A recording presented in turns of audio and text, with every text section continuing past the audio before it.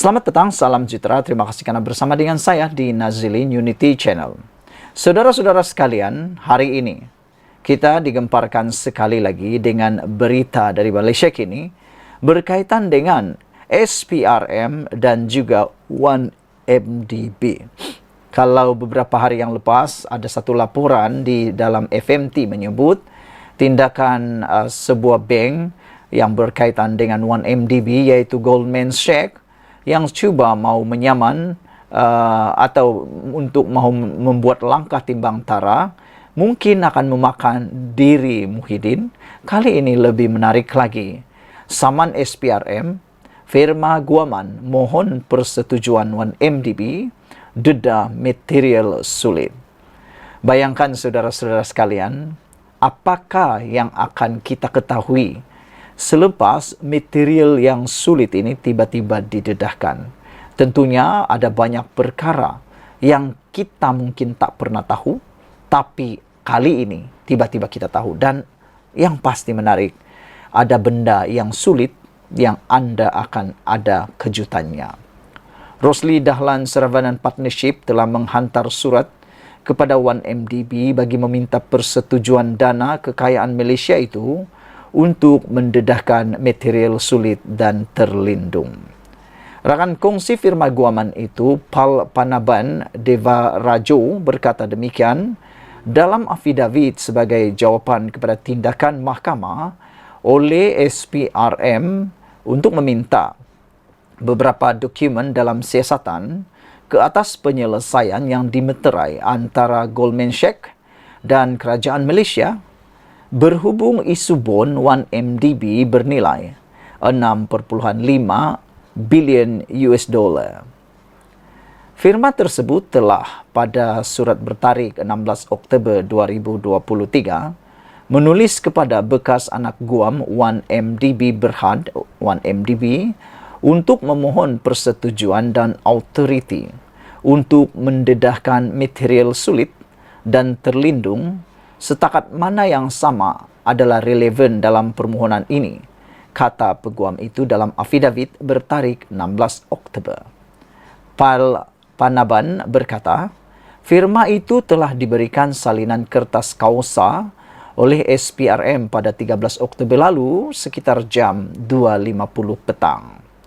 Firma tersebut akan memfailkan maklum balas substantifnya terhadap permohonan ini dalam masa terdekat selepas kaunsel mempunyai peluang untuk menasihati kami.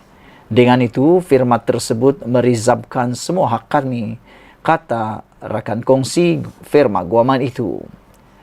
FMT semalam melaporkan SPRM memfailkan saman di Mahkamah Tinggi Kuala Lumpur minggu lepas untuk mendapatkan perintah mahkamah bagi memaksa RDS dan sebuah lagi firma Guaman menyerahkan beberapa dokumen berkait siasatan penyelesaian antara Goldman Sachs dan kerajaan berhubung isu bon 1MDB. Portal berita dalam talian itu melaporkan bahawa satu lagi firma Guaman tersebut ialah Chetan Jethwani and Company. Permohonan SPRM terhadap firma Chetan ditetapkan untuk sebutan di hadapan Hakim Jamil Hussein semalam.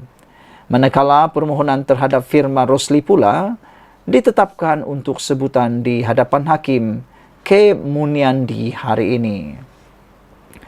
Dalam afidavitnya, peguam Chetan Jethwani menyifatkan keseluruhan tindakan undang-undang itu sebagai percubaan SPRM untuk memintas keistimewaan hubungan peguam dan anak guam, sekaligus dilakukan dengan niat jahat untuk mendapatkan kelebihan tidak adil dalam pertikaian berterusan antara kerajaan dan Goldman Sachs.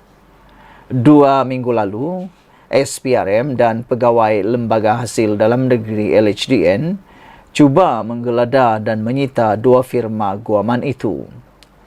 Dalam satu kenyataan media susulan insiden itu, Chetan berkata, dia membantah tindakan itu atas alasan bahawa kelakuan pegawai SPRM dan LHDN adalah menyalahi undang-undang dan sembrono serta akan mengakibatkan pelanggaran keistimewaan profesional undang-undang. Peguam itu berkata, pegawai SPRM dan LHDN tidak mematuhi peruntukan undang-undang yang ditetapkan dalam Akta SPRM 2009 dan Akta Cukai Pendapatan 1967. Saudara-saudara sekalian, ini satu lagi kejutan besar untuk kita semua.